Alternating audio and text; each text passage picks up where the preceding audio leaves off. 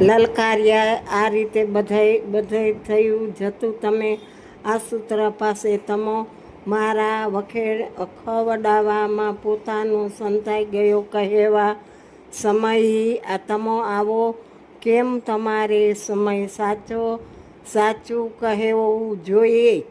તે વાલીએ નહીં મારું તે હું મારીશ નહીં. હું અહીં પાસે જતો નથી.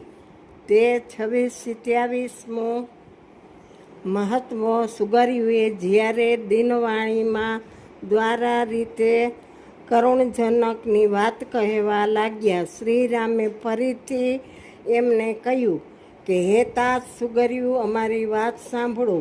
ક્રોધને મનમાંથી કાઢી નાખો. બાણ ન છોડો. અને કારણ કે જણાવું છું. સુગર